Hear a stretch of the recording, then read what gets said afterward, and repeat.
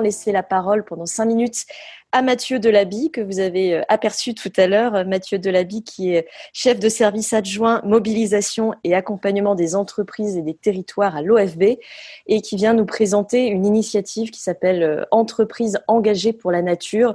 Je précise tout de suite que vous pourrez, après sa présentation, lui poser quelques questions, toujours en utilisant cet outil Converser.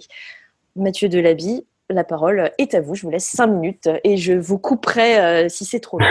Merci Justine. Donc, on va vous présenter l'outil qu'a mis en œuvre l'OFB, donc l'Office français pour la biodiversité.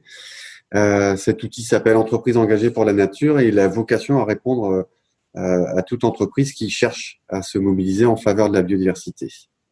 Donc, vous voyez ici le logo, Entreprises engagées pour la nature, Act for Nature France. Donc, c'est un outil récent puisque son lancement, il date du 12 décembre dernier. Lors de lancement organisé au ministère à Paris par Madame Vargon, 38 entreprises signataires ont rejoint le dispositif. Aujourd'hui, on a atteint le seuil des 60 entreprises et chaque semaine qui passe, de nouvelles entreprises rejoignent le dispositif mis en œuvre par l'OFB. Alors, comment fonctionne ce dispositif et quel est l'intérêt pour une entreprise de rejoindre le dispositif de l'OFB ? L'intérêt, il est multiple. D'abord, on propose un cadre méthodologique qui va permettre aux entreprises d'être accompagnées dans leur démarche, un référentiel avec l'ensemble des méthodologies disponibles, des outils qui permettent à une entreprise de définir un périmètre, de définir ses impacts, d'écrire sa chaîne de valeur, enfin un tas de sujets qui sont nécessaires avant de se lancer dans un plan d'action en faveur de la biodiversité. Donc des outils, une valorisation si l'entreprise met en œuvre ce travail et le fait de manière rigoureuse, donc elle pourra être identifiée et se distinguer au sein des entreprises et faire valoir son engagement. Et enfin, on propose aux entreprises, au travers de ce dispositif, de rejoindre une communauté d'acteurs, au travers des clubs d'engagés, donc de pouvoir faire partie d'une communauté d'entreprises qui aujourd'hui sont engagées en matière de biodiversité. Le logo présenté vous montre un petit peu le tampon qui sera donné en usage aux entreprises qui s'engagent en faveur de la biodiversité. Alors pour vous donner quelques chiffres et un cadre, voilà, ce dispositif a été lancé il y a peu. Les étapes, on va parler méthodologie et l'outil. Donc, les étapes sont assez simples. On a une plateforme qui est disponible. L'entreprise doit s'y inscrire. Le dirigeant doit signer les principes communs d'action qui sont le socle d'engagement de toutes les entreprises qui rejoignent le dispositif. Après avoir déposé ces principes communs, il y a un délai d'1 an pour rédiger un plan d'action dont les critères doivent être mesurables, quantifiables. Et à l'issue de ce dépôt du plan d'action, une évaluation sera faite qui permettra de donner une cotation et donner des indicateurs de progression à l'entreprise qui s'engage. Donc c'est assez simple, c'est assez itératif. L'objectif, c'est d'accompagner et de permettre aux entreprises de cheminer vers des engagements en faveur de la biodiversité. Donc on est dans une démarche de progression et d'accompagnement. Voilà, donc aujourd'hui, on a 60 entreprises qui se sont engagées. Il faut savoir qu'en France, il y a 4 millions d'entreprises, ça représente 12 millions de salariés et on a besoin des énergies et des talents de l'ensemble des entrepreneurs français pour avancer ensemble sur les enjeux de biodiversité.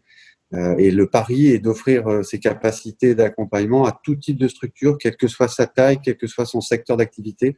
Si un dirigeant d'entreprise veut confronter son business model avec les enjeux de biodiversité, on sera là pour l'accompagner, on sera là pour l'aiguiller et faire en sorte que ce business model devienne résilient et compatible et potentiellement durable et puisse attirer les financeurs pour se déployer tout en créant ou respectant la biodiversité.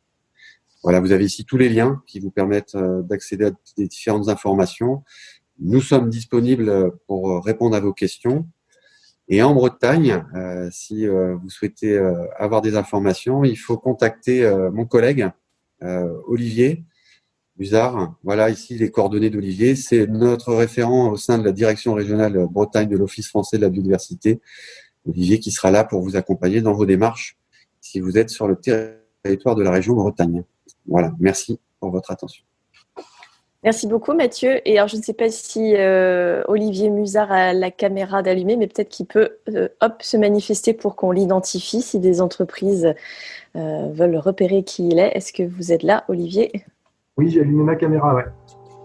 Ah, super, voilà. Donc, vous Voilà. avez en visuel Olivier Musard qui serait donc votre interlocuteur si vous êtes intéressé par ce dispositif entreprise engagée pour la nature. Peut-être une question alors de ma part, Mathieu Delaby, vous disiez tous les types d'entreprises peuvent rejoindre cette initiative. Même quand on est une PME, parce que je regardais la liste des entreprises engagées, c'est vrai qu'on a des grands groupes surtout. Ça marche aussi quand on est une petite entreprise. On peut mettre en place un plan d'action. C'est pas trop lourd à porter. Alors, toutes les entreprises sont confrontées aux enjeux de la biodiversité. Alors, une petite entreprise a forcément des équipes limitées, restreintes. Elle n'a pas été contrainte par la réglementation comme les grands groupes à s'intéresser à ce sujet. Donc, effectivement, une petite entreprise n'aura pas la même capacité à avancer. Et c'est là où l'OFB propose une offre d'accompagnement et propose de travailler avec des réseaux d'entreprises, de travailler à des échelles de secteurs d'activité. Donc finalement, je suis une petite entreprise, je suis dans un secteur d'activité, je vais pouvoir me tourner vers les réseaux auxquels j'appartiens et les outils qui vont me permettre d'avancer seront déployés à des échelles de réseaux, de secteurs d'activité. Donc j'aurai déjà une partie du travail qui sera construite. Il faut savoir que la majorité des entreprises en France sont des petites entreprises. Donc, si on veut travailler avec le monde de l'entrepreneuriat, c'est bien les petites entreprises qu'il faut cibler. Et après, il y a des fortes interdépendances entre les entreprises elles-mêmes. Donc, une PME a l'avantage d'être une échelle restreinte où le dirigeant a une capacité de décision, d'orientation très forte, réelle dans l'organisation et la restructuration ou la réorientation de son business model. Donc, c'est peut-être des tailles d'entreprises qui ont une capacité d'adaptation adaptative beaucoup plus forte et qui peuvent mettre en place des choses et s'engager dans le changement de manière très rapide. Combien d'actions exactement quand on met en place un plan d'action dans le cadre d'entreprises engagées pour la nature? Est-ce que Alors, les actions, elles sont pas dénombrées en termes de quantitatif. Ce qui est important, c'est de définir un périmètre pertinent. Donc, de bien regarder son entreprise dans l'ensemble de ses actions, de pas poser la biodiversité comme l'unique enjeu des espaces verts dont on est propriétaire ou responsable. L'idée, c'est vraiment de confronter le business model, donc tout le mode opératoire de l'entreprise à la biodiversité, de la chaîne d'approvisionnement au mode de fonctionnement, aux impacts des produits et des services proposés, tout en regardant les enjeux à différentes échelles. Les actions qui doivent être dans les plans d'action sont de deux types. On souhaite avoir des actions qui soient cœur de cible de l'entreprise, donc il en faut au minimum deux. Donc un plan d'action qui n'aurait pas deux actions sur le business model et qui soit au cœur de l'activité de l'entreprise ne serait pas recevable. Après, il n'y a pas de limite dans le nombre d'actions. Au contraire, plus il y aura d'actions, mieux ce sera. Ce qu'on souhaite surtout, c'est que ces actions soient pilotées, organisées, accompagnées dans l'entreprise. Et la gouvernance même de la mise en œuvre de l'action environnementale est un enjeu clé. Aujourd'hui, si c'est pris en charge par le plus haut niveau de l'entreprise et que les dirigeants s'en saisissent, si la biodiversité rentre dans le tableau de bord stratégique de l'entreprise, on estime qu'il y a une chance que ça va influencer le business model de l'entreprise. Donc, la gouvernance de l'action est aussi importante que le nombre d'actions. Donc, voilà.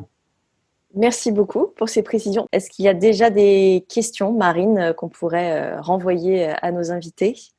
Oui, on a une question de Injin. Je ne sais pas si je prononce bien le nom de l'entreprise, pour Mathieu Delaby. Et la question, c'est bonjour, vous parlez d'action à l'échelle des secteurs. Pensez-vous travailler avec le secteur des énergies marines, tout particulièrement en Bretagne? Une question pour Mathieu Delaby, du coup. Alors, je réponds à la question par écrit, mais je peux donner à tout le monde en mots ce que j'ai répondu. Effectivement, on va travailler par secteur d'activité. Donc, si le secteur d'activité des énergies marines veut se mobiliser, on est tout à fait partant et ce sera avec un grand plaisir qu'on les accompagnera. Le pôle expertise mer de l'OFB est à Brest. Donc, Olivier aura une facilité à mettre en réseau et en connexion tous les acteurs pertinents pour se lancer dans ce travail collectif. Donc, nous répondons oui à la main tendue et Olivier sera l'orchestre d'une mise en réseau qui pourra, à mon avis, accélérer le processus. Merci. Alain Terpan, je peux apporter un complément de réponse sur les énergies marines, qui est un secteur qui est couvert par Bretagne Développement Innovation. Si on a déjà commencé à regarder, évidemment dans le cadre de différents projets énergie marine, de l'impact des énergies marines sur l'environnement et sur la biodiversité. Ça, c'est pour limiter l'impact négatif. On a aussi mené des projets récemment en lien avec l'île de la Réunion pour développer des coproduits des énergies marines, notamment sur les biotechnologies, pour réutiliser la chaleur créée et enfin voilà, regarder en fait tout ce qu'on pourrait créer. Évidemment, on peut penser à tout ce qui est aquaculture, pisciculture, entre les parcs, à l'intérieur des parcs dans lesquels on ne peut plus pêcher. Il y a déjà pas mal de choses qui ont été menées et moi, je vous engage à contacter soit la région Bretagne, qui a mené une partie de ses études et les directions de la mer, soit éventuellement directement Bretagne Développement Innovation. Et nous, on a un expert sur les énergies marines avec lequel je pourrais mettre en contact toutes les personnes qui voudraient travailler sur le sujet. Merci beaucoup pour ce complément.